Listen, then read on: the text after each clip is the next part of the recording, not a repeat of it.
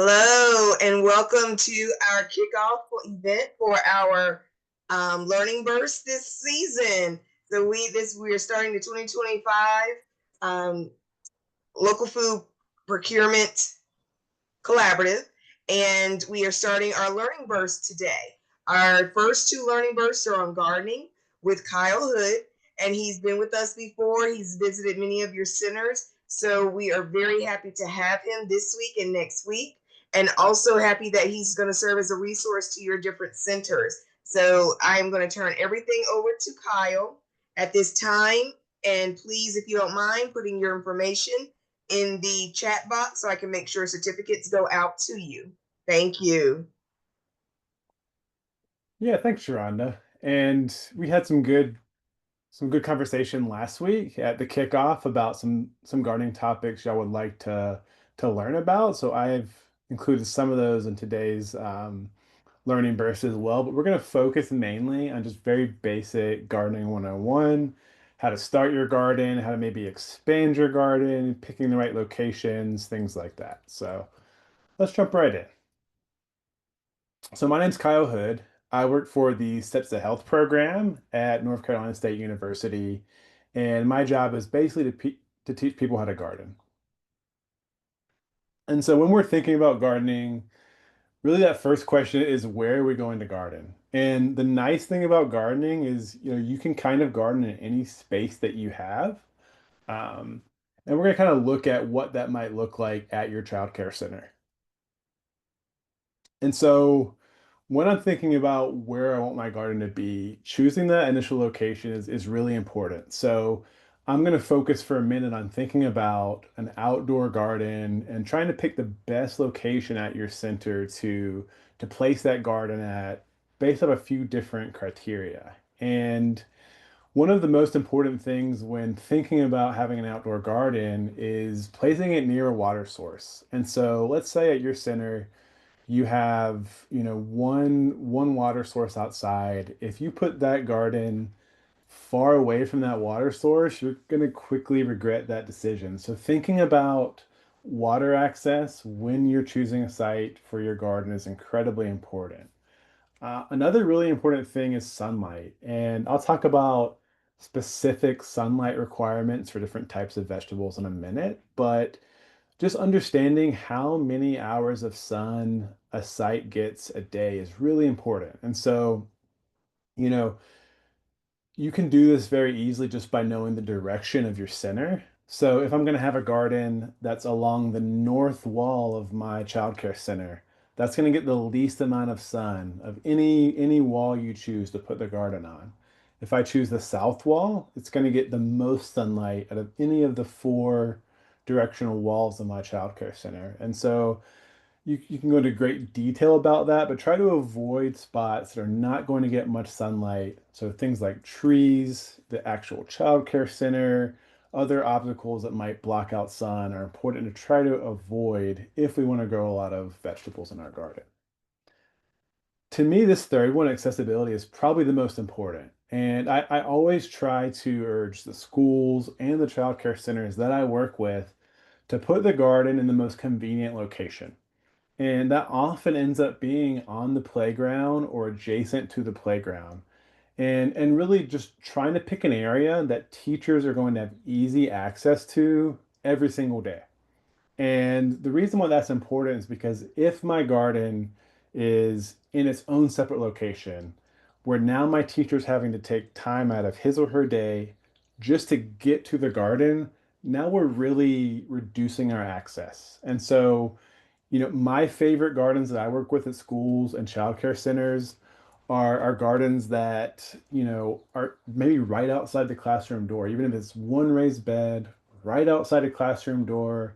Now, two or three kids in that classroom can go check on the seeds or the seedlings every single day, water them a few times a week without taking, 45 minutes out of that teacher's classroom time every day just to get to the garden, spend that time there. So picking a place at your center that's accessible is really important. And that kind of goes hand in hand with surroundings, but just knowing what's around your garden, whether it's trees, buildings, things like that, is really important as well. And so this kind of goes into that sunlight requirement idea. So thinking about, trying to pick a sunny location. Again, I think accessibility is the most important aspect of this, but if I'm picking a spot that gets very little sunlight, it's going to be hard to grow anything but leafy green vegetables in there that don't need much sunlight every day. If I'm wanting those fruiting vegetables that we think about in the summer, like tomatoes, squash, cucumbers, they're going to need a lot more sunlight every single day to be productive and to meet their potential. So really trying to pick a spot that maximizes sunlight is really important as well. I would say most of the schools, if not every school and every childcare center I work with, uses raised beds for their outdoor garden spaces. And that's not to say that you have to do that, but that's a very common approach for most of the schools and centers that I work with in North Carolina. And it's really for a few different reasons, but the main reason being is raised beds are very easy to control all the elements inside of them. So if I'm buying raised beds, I'm also buying the soil I put in them. I'm now not worried about maybe contaminants in the soil. I'm not having to dig in the ground and worry about a gas line or, electric lines going into my center. I avoid a lot of potential issues that I would have for maybe raised from in-ground gardening when I'm choosing raised beds. And the nice thing about raised beds too is there's lots of different options and they don't have to be incredibly expensive. So I would definitely recommend going the raised bed method for your outdoor gardening. And if it's your first time gardening this year at your center, maybe just start with two raised beds. That's a manageable amount. See how much time and commitment that takes you. See how well they do this year before you expand anything more than that. But starting small, starting manageable, I think is a good approach when we're starting a garden for the first time at a school or at a childcare center. Container garden is a great way to garden with more limited space. It's more versatile than raised beds. So, let's say I have a deck at my childcare center. My class spends a lot of time on that deck. That's a great place to have container gardens out there. You can grow almost anything could grow in a raised bed, could be grown in a big enough container. Most of the vegetables and fruit crops that, I help child centers grow, they can be grown in containers as well. And there's also some things that should really only be grown in containers. And very, very specifically, anything in the mint family, I would only ever put in a container at a childcare center because if I put a mint in a raised bed, it's going to get out of control. It's going to take over the raised bed. Now you're spending time every single year just getting mint out of your raised bed, which is not, really a good use of your time. So trying to combine the benefits of container gardening and raised bed gardening is a great approach as well. And, you know, to kind of compare and contrast them, containers are really inexpensive compared to a larger raised bed. It does not take very much money to start a few containers on a deck, for example. There's also a lot of different types of containers you can use. If you want to do just a fun recycling activity, you could turn a milk jug into a container garden. Get 10 milk jugs, start some seeds in there. On this picture on the right is grow bags, and they're really a soft material that I use at my house a lot for different plants. And they're a great option for a container garden. You can get, 10 of these grow bags for 20 to $30, which compared to, raised beds is very cheap. Those grow bags can come in different sizes too, 5, 10, 25-gallon grow bags. But really raised beds and containers are very versatile. Gives you a lot of options for what you're looking for based on material and things like that. So there was some conversation in the last meeting we had about learning more about starting plants indoors and indoor gardening. And so I'll touch on window gardening first and then talk about growing plants under that artificial light inside. So growing plants in windows is a great idea. I do this at my house all year long as I can, and especially this time of year now that it's warming up. Lots of leafy greens can really easily be grown in the windows at your childcare center. Maybe you have a classroom that has a south-facing window, east-facing window, west-facing window.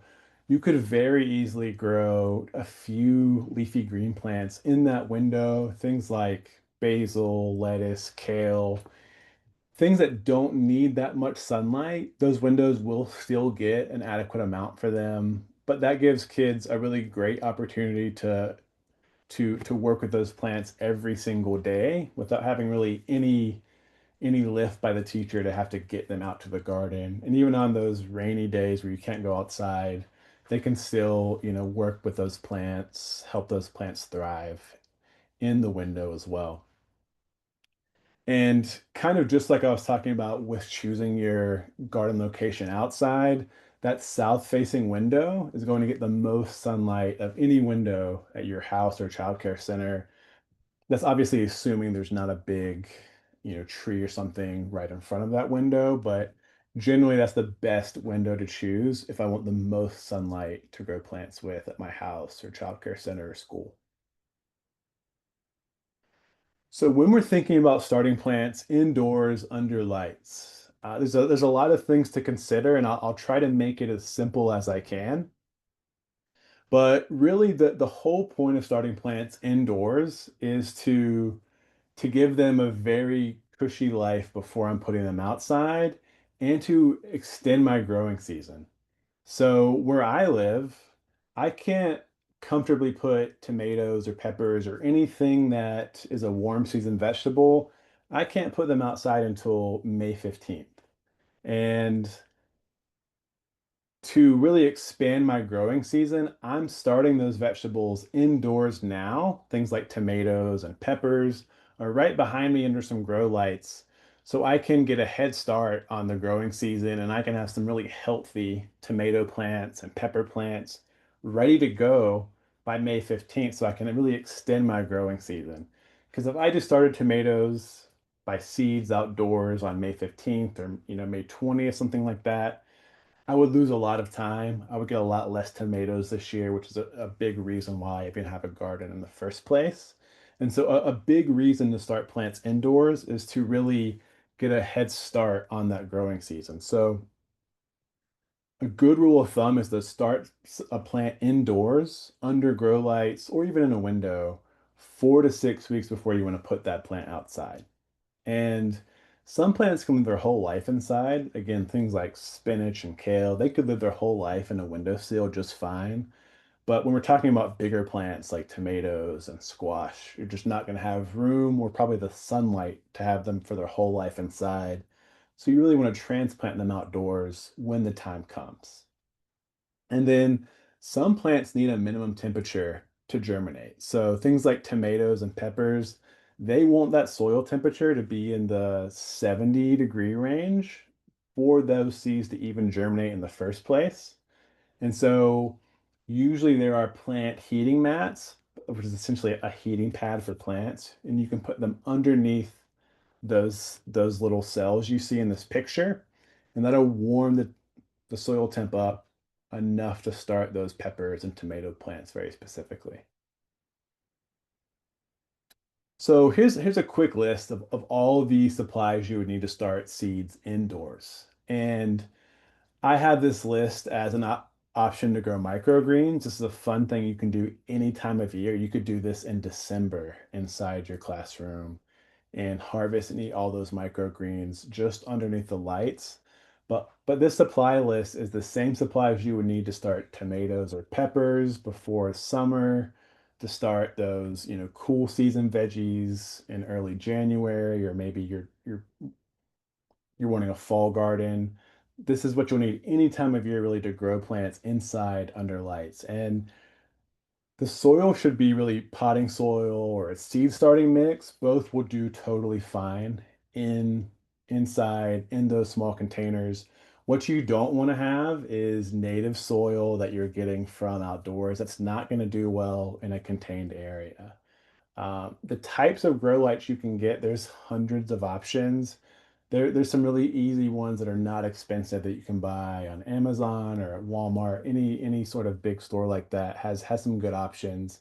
And if you're interested in, you know, learning more about grow lights, I'd be happy to have that conversation with you after this call. Really, any container is fine to start these seeds in. I often use, let me go back one slide. I often use those ones you saw on the last slide, but they're very small cells. And, in a small area, you could start, 15, 20 different tomato plants or something like that. The downside with something so small is that I will eventually have to put those small tomatoes into a bigger pot while they're inside. So I quickly run out of space. So just being very mindful of the space I have, how much space that light spreads out, is something you kind of got to get a feel for over time. Obviously, you need seeds, and that heating mat really helps you get started. It'll help those seeds germinate very quickly with that, warming of the soil. And again, some things like tomatoes and peppers, very specifically, might not even germinate at all if I don't have that heating mat, if it's not hot enough inside. But this is a very simple supply list that is really everything I use to start all of my vegetables inside every single year. So now we're thinking about when do we plant things outside? And, very basically in North Carolina, we have very three distinct growing seasons. So spring, summer, and fall. And all the counties in our collaborative this year, you're all in the same growing zone, which makes it really easy for me. And right now, you're all thinking about summer vegetables. You can plant summer vegetables in the ground in all of your counties right now over the next, few months. So it makes it really easy. And when we're thinking about, plant hardiness zones and that type of thing, it's essentially telling me what the average temperature is in my area for a year and giving me an idea of when I should plant things in the ground. And, for example, I went to a childcare center here in the mountains in February, and they really wanted to plant pumpkin seeds in the ground in February. And where I live, those pumpkin seeds would have just died. Nothing would have happened. They might have germinated and then immediately died. And so knowing when to plant things in the ground is really important. And a lot of that is determined by where you live in North Carolina, what plant hardiness zone you're in. And all of the counties in this collaborative, again, are in zone 8. And the nice thing is you can look up a planting calendar for Zone 8 in North Carolina, and it'll give you within reason a few week or even a few month window of this is the exact time of the year you should plant pretty much every single vegetable you could think of. And so if you follow those calendars with any sort of frequency, you'll have much better results than just trying to guess when the best time to plant things is each year. And this is what one of those planting calendars look like. Again, it can seem kind of scary and complicated, but really, there's a guide at the bottom of these that tell you what each symbol means. And so really you're interested in the fact that S means seeds. So I'm putting those seeds directly outside if I see an S. And T means transplant. So that means I'm transplanting those plants outside if I see a T. So those are the two most important things for all the vegetables we're talking about in these childcare centers gardens. And something like kale on this growing calendar, you can easily see that basically after mid-February, I can put kale seeds in the ground or transplant them all the way as far as I can see in this picture until June. So that gives me some confidence of knowing it's totally fine to plant kale seeds for the next, few months here.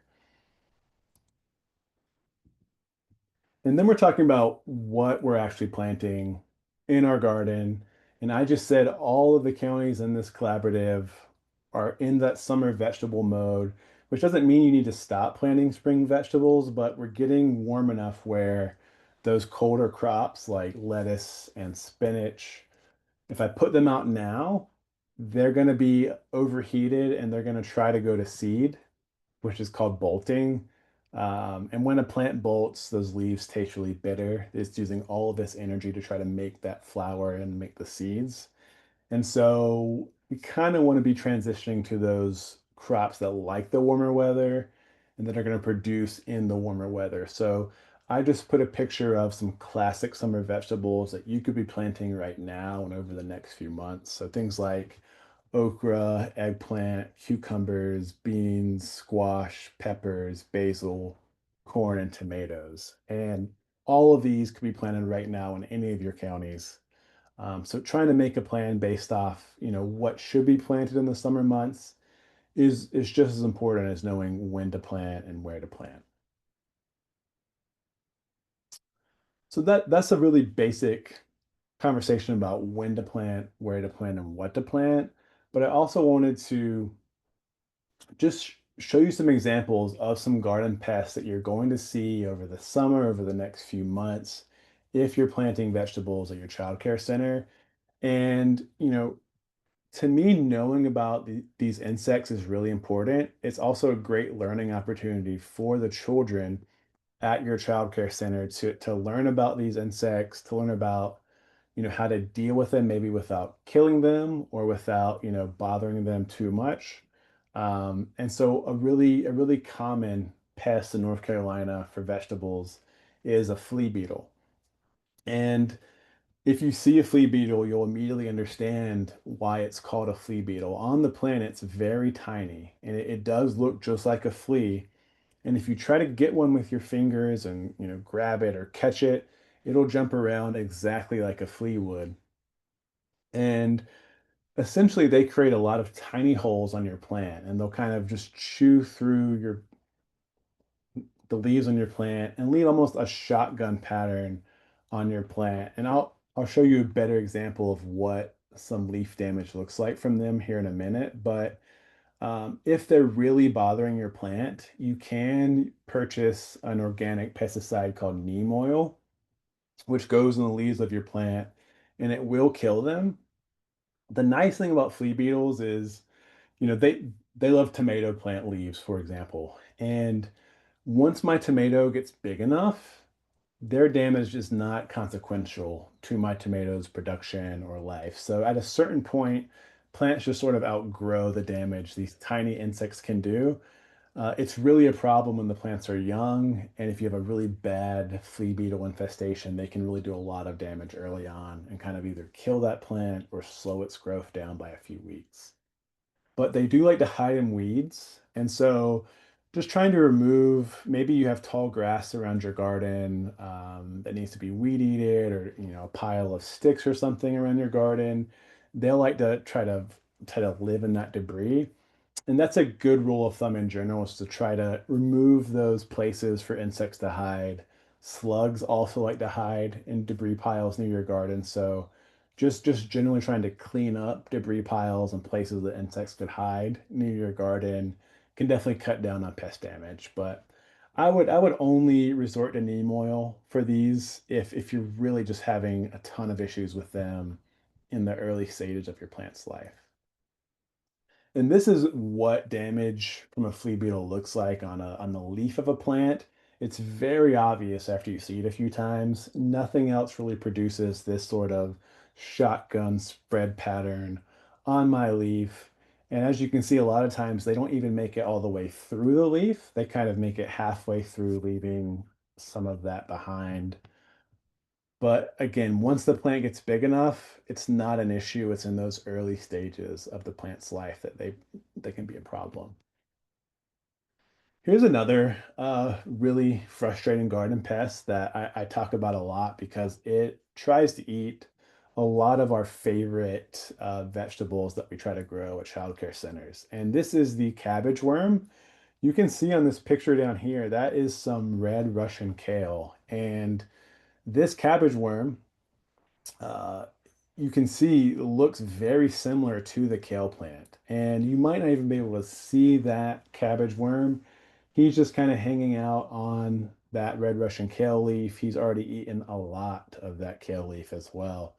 And it those cabbage worms will eat just about anything in that cabbage kale family. So those are probably the two main ones that they really like to eat. But things like radishes, they'll try to eat those as well. The leaves of radishes, leaves of broccoli plants, you know, collards, all those things we like to put in our garden.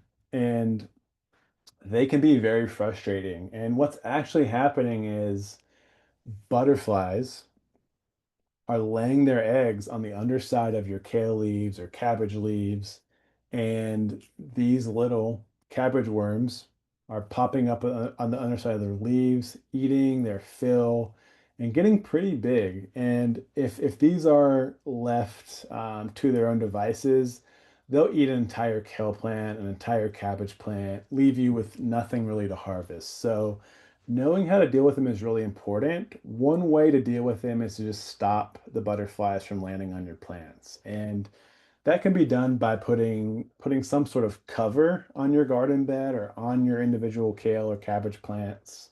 I'll talk about some options for covers here in a little bit, but you can either just cover the whole plant, or if I know for a fact that I have them or I'm going to have them, there is an organic spray called BT spray, which is short for Bacillus thuringiensis. It's hard to say that.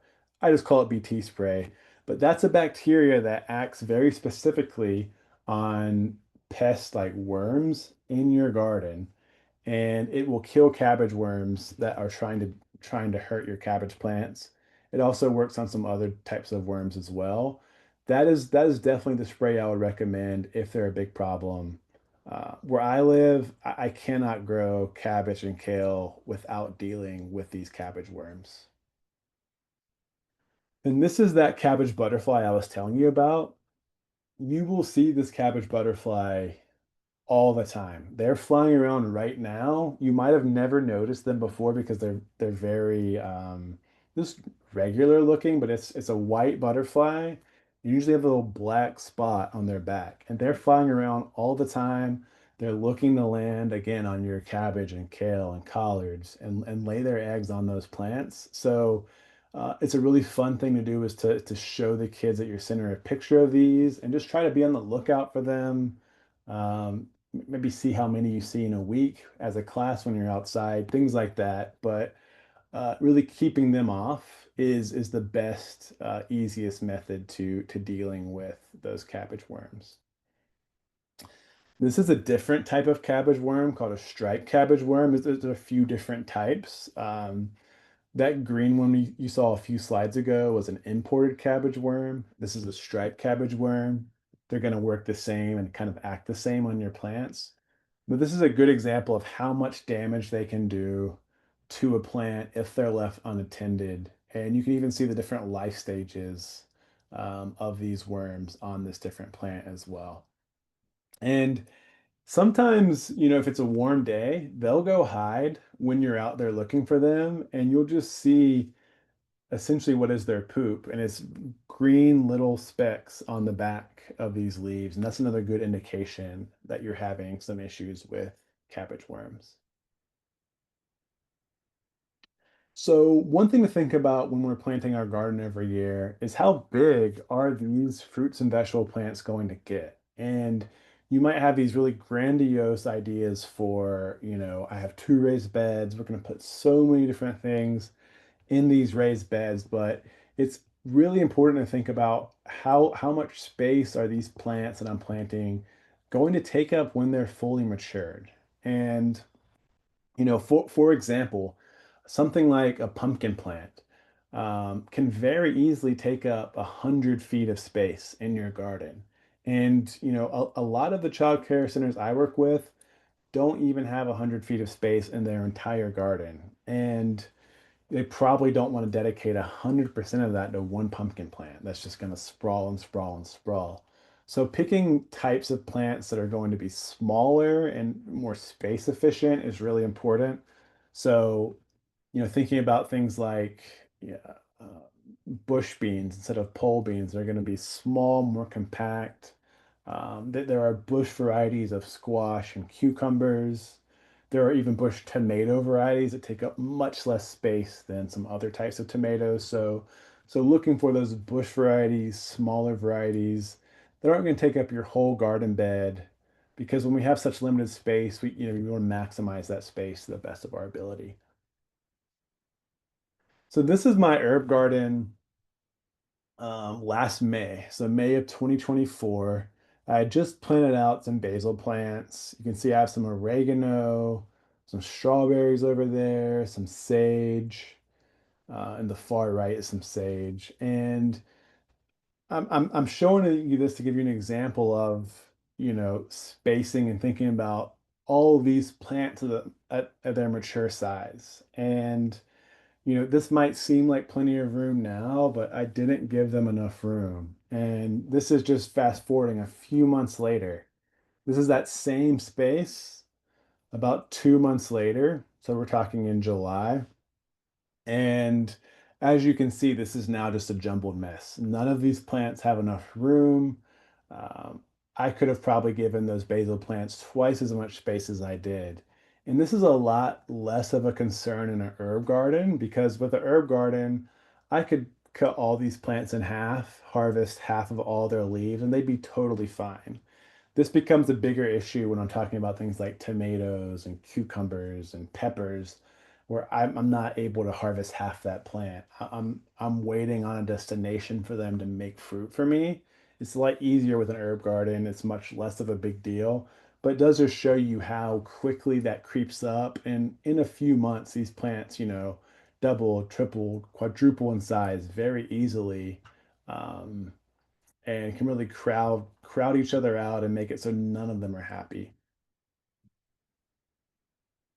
So there was some interest in learning more about compost at the call we had last week. So I want to spend a little time talking about composting at your center, what that could look like, and just talking about some of the benefits of composting in general. So really, what is compost? It gets mislabeled a lot, but in its very simplest form, it really is just decomposed organic matter. And that's important because, making proper compost and putting compost into your garden allows nutrients to live in your soil that are bioavailable to plants. And so, if I just put a whole, piece of celery in my garden, those basic parts that make up the celery are not going to break down in a way that my plants can just uptake them. But compost sort of breaks it all down really nicely so my plants can access all the good things that make that celery celery. Um, but it does take time, energy, and effort. So here's kind of what it could look like.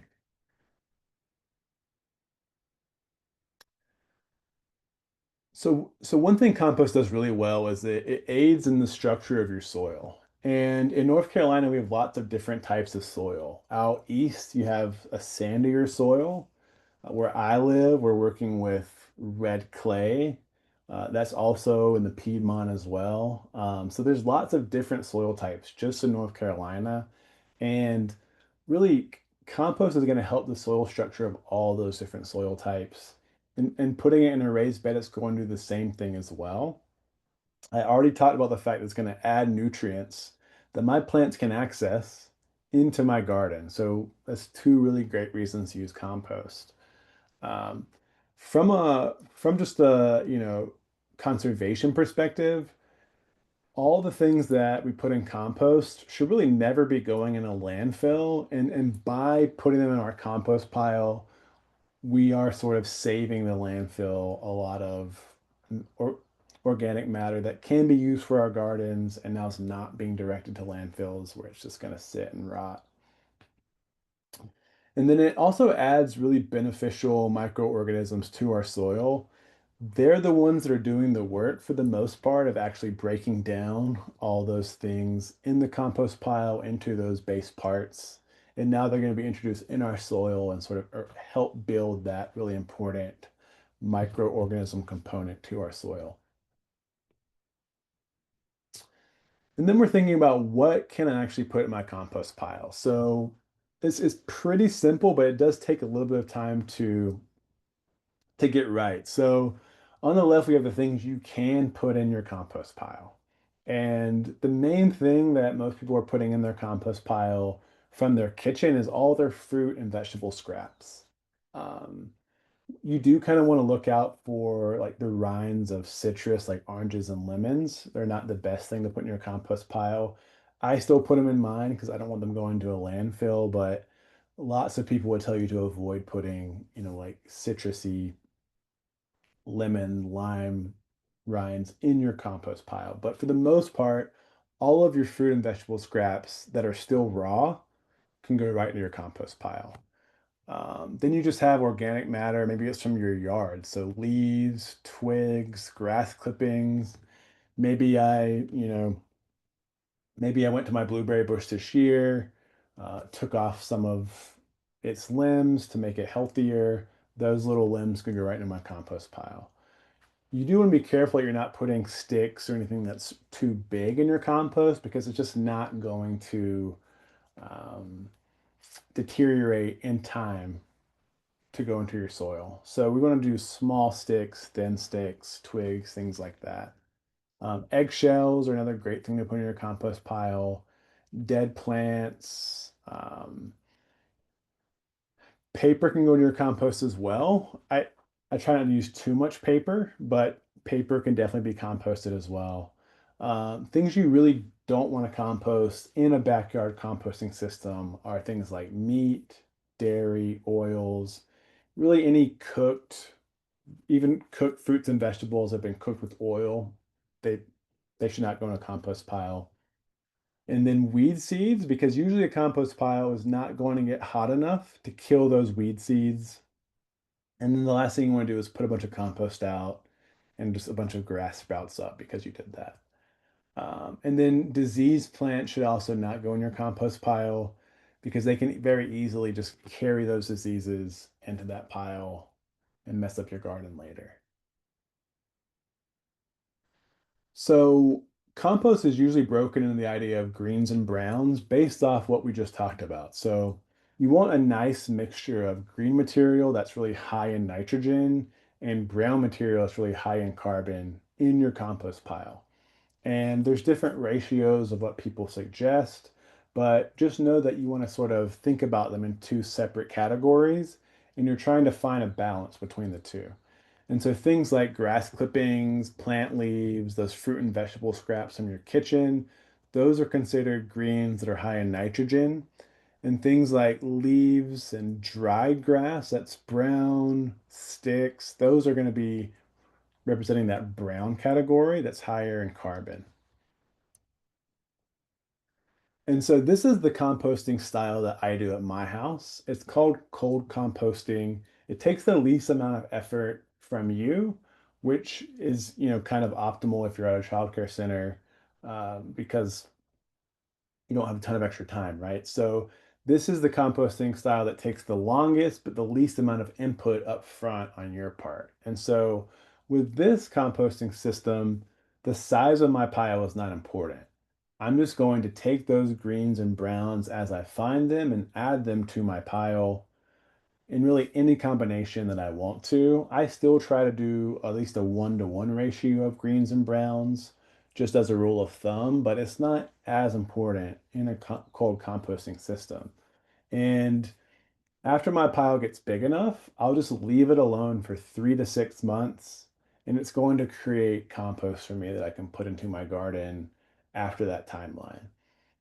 One thing you can do is after that 3 to 6 month window, you can kind of use your pitchfork or, whatever tool you have and look in that compost pile and just see how broken down it is. If it's not broken down enough, you can just kind of flip that pile, stir it around a little bit, give it more time till it looks more like soil, It's very fine, that type of thing.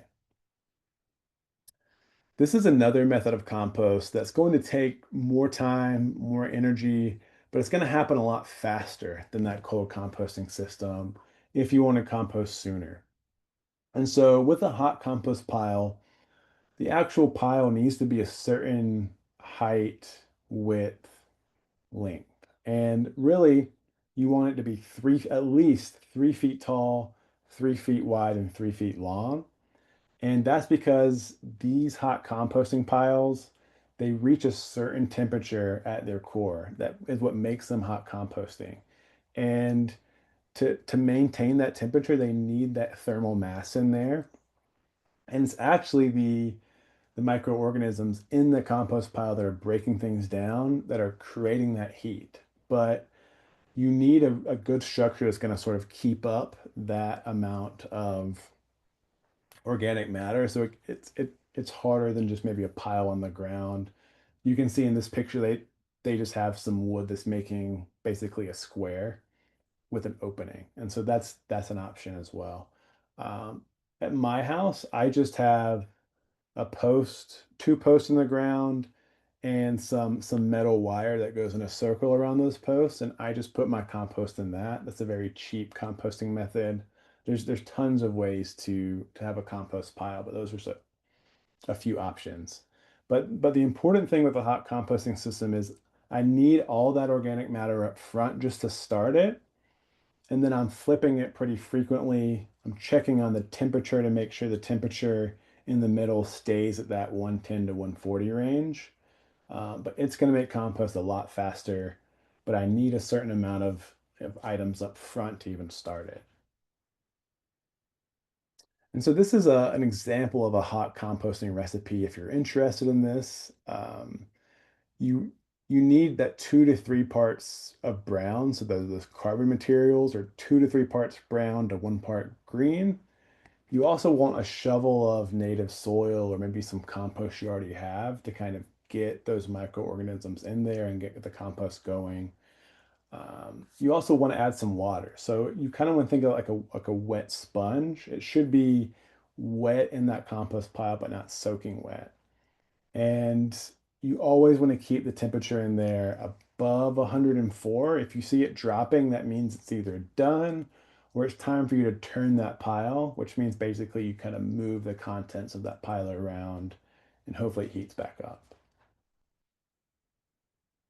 So we talked earlier about some ways to protect your garden from those butterflies that are going to come down onto your garden. And here's a few ways you can think about really protecting your garden from lots of different pests, whether it's rabbits, deer, or those butterflies that are going to come down, insects that you're worried about.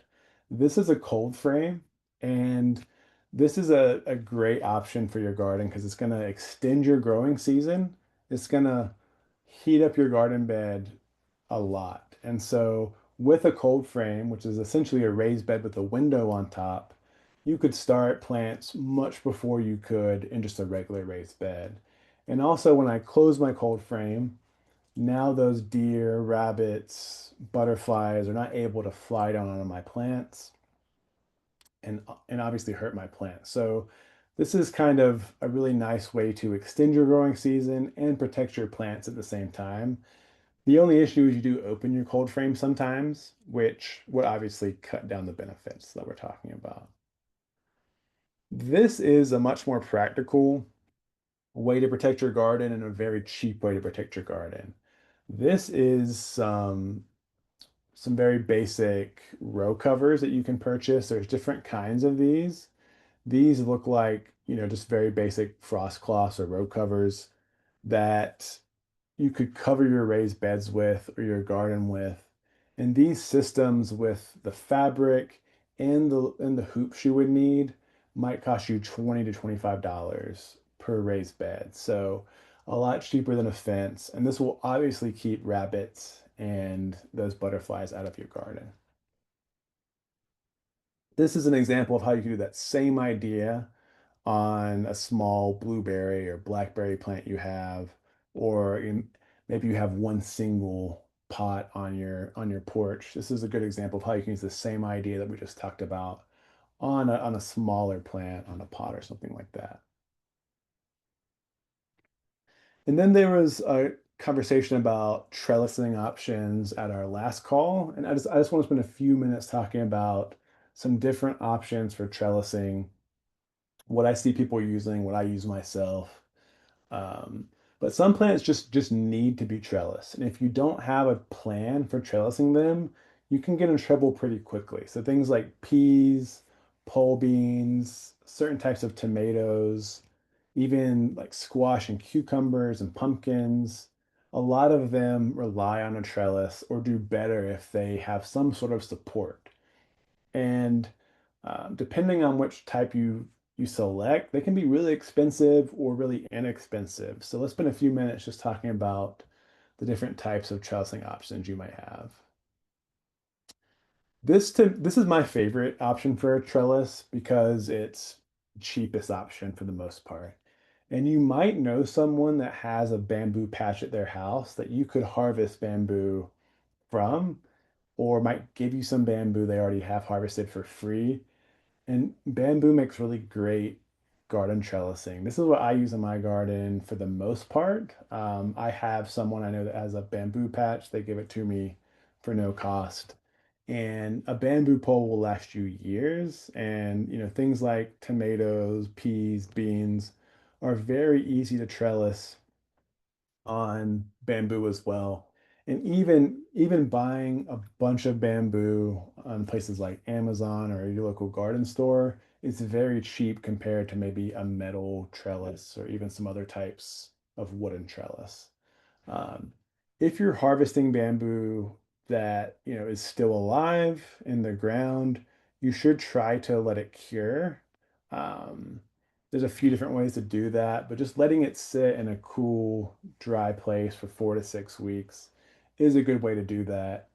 And at that point, it's very hard and it'll last a long time. Some other options for trellising, just finding wood that is, strong, and if you're creative enough, you can make free wooden trellises with, limbs you find on the ground, poles you find that you can sort of make into some really interesting looking trellises for free. I've definitely done this before. This picture is a good example of someone just using limbs they have available to them to trellis their grapevine. But being creative with wood can give you, free trellising as well. I use garden twine a lot to trellis a lot of the things in my garden. So I'll take, for example, two bamboo poles, put them at separate areas of my garden, and I'll string garden twine very tightly across those two bamboo poles. And I'll grow all my pole beans and all my peas on that garden twine with just two bamboo poles. So that really cuts down on the amount of trellising I need. Garden twine is very inexpensive as well, so that one roll will last me a few years. It cost me less than $5 to, do all the trellising for my peas and my beans for those few years. And then corrugated steel, metal, like cattle panel, is a really great option that will last a lifetime if it's treated properly. The only downside of cattle panels is it's more expensive. It's a little harder to work with because you're having to cut that steel panel probably to fit your garden space. But in terms of longevity, what's going to be the sturdiest, a cattle panel is a great option as well. And I use that for my tomatoes and things like that. Okay, I think this is the last topic we're going to cover today, but there were some conversations about harvesting time in our last call. And, when is the best time to harvest my vegetables in my garden or my fruits in my garden? And I would love to just give a really easy answer to that, but it's so variable depending on what variety of the vegetable or fruit you're growing. And a good example of this is carrots. There are varieties of carrots that you won't harvest them until they're 7 or 8 inches long. and maybe an inch thick. There are other varieties of carrots that you'll harvest at 2 or 3 inches that are meant to be eaten when they're really small. Beans are the same way. There are some variety of beans that are meant to be harvested when they're 6 to 8 inches. If you harvest them after that, they're too tough. Before, they're no good. There are other varieties where you harvest them at half that size. And so reading about your specific variety that you're growing is really important. Most of these seed websites have really good information about the exact size of all the vegetables you're growing, about when you should harvest them at what size. And so that's why it's really important to keep detailed notes of the types of vegetables you're growing, because otherwise it's just kind of a crapshoot about knowing when to pick certain varieties of vegetables. And I can't really give you a one size fits all uh, piece of advice about when to harvest, but just knowing what you're growing and doing that, very small amount of research on, oh, hey, this rattlesnake bean, I have to harvest it when it's 6 to 8 inches. If I don't, it's not going to be any good. So keeping up with that is really important. I did just want to briefly mention, so we're working with young children at these child care centers, and sometimes we want to, really focus on things that are edible, that make good, plants in a sensory garden.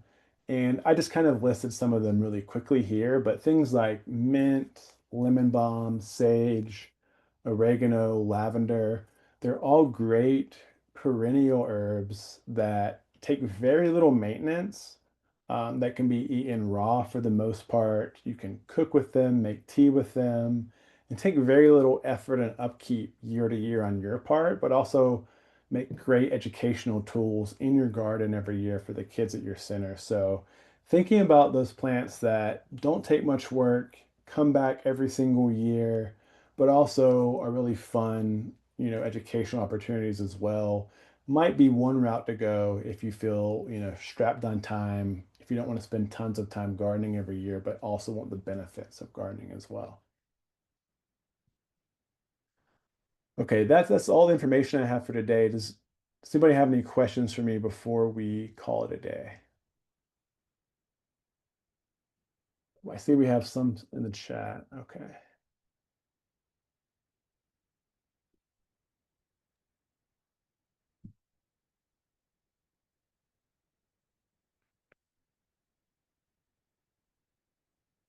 Any questions, please feel free at this time to unmute yourselves, and you can just ask questions at will as well. I have a question. Hi, Yes, ma'am. Catherine. Um, sorry, I think I lost it. Now, for the herbs like sage and peppermint and all those herbs, do we need to rotate those crops yearly or? Yeah, that's a good question, Aretha. Every single herb I just mentioned, they're gonna last years and years and years. So something like a mint plant, once you plant it, you might never get rid of it because it's gonna spread so much. So unless you have a really cold freeze or something that just destroys a lavender plant and doesn't recover from, they might last 5 or 10 years pretty easily. So yes, I would probably rotate them after they die, but it's going to be so long before they die. It's not as big of a concern. Thank you.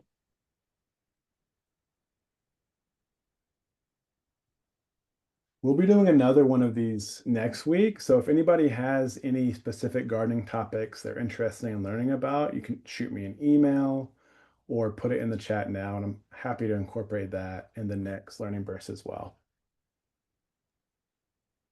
I have one more. I'm sorry. Oh, you're good. So I guess like for our radishes, I know they don't take long to harvest, but I noticed that the leaves are turning yellow. Is that like a nutrient deficiency or something? Aretha, do you think it's just the bottom leaves turning yellow, or Y- is it kind of slowly moving up into some of the newer leaves? What have you The noticed? bottom leaves. Okay. I'd say it's really common for the bottom leaves of a radish plant to turn yellow. That happens very frequently they're not a very heavy feeder, which means they don't really need a ton of nutrients. But if you did notice those leaves going yellow, kind of creeping up the plant, that can be a sign of nitrogen deficiency. And sometimes the leaves going yellow at the bottom can be a sign of overwatering. So I would just keep an eye out and then maybe keep in your mind how good do the radishes taste when I'm harvesting them, because that might give you an indication of, hey, something was actually wrong with the plant. But I would say generally it's normal for the bottom leaves of a radish plant to turn yellow. Thank you.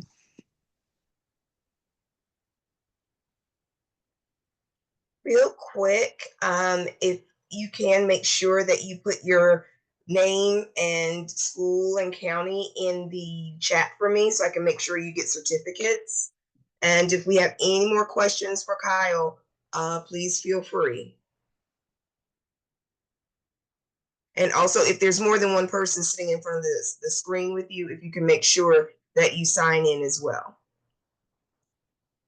Jessica Nelson, I didn't see you sign in for me.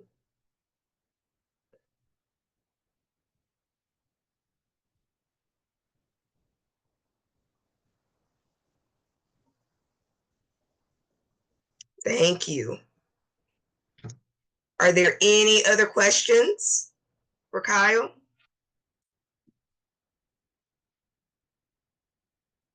If not, we can all end. We want to thank Kyle, as always, for all of the wonderful information. And we will continue next week with gardening part 2. Sound like a plan? Thank you. And we will send the recording out. Kyle, along I've with the got certificate. one Yes. question. Sure. Yes. Oh, You muted yourself. I noticed that Denise Marty, who's one of the Alamance providers, was on for much of the call. I know that she is at a Montessori school and they are starting a food forest. Would you have any food forest related resources that I might pass on to her? Yeah, sure. And I was going to tell you, Sarah, I would like to meet with all the centers one-on-one at some point. So I'd be happy just to chat with them for 30 minutes or an hour about that. Okay, so I know that that's her particular interest. Great. Yeah, I would love to chat about that. Okay, that would be awesome. Thanks. Great.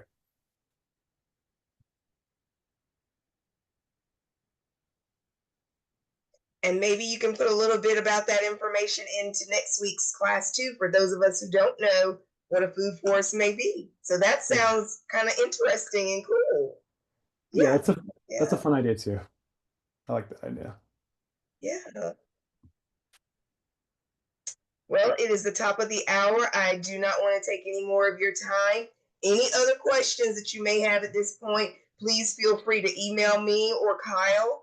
And any questions like for next week as well, or suggestions for topics, please don't hesitate to email both of us. Kyle is very forthcoming and opening when it comes to that. So we greatly appreciate him and all of his time and everything he does for us.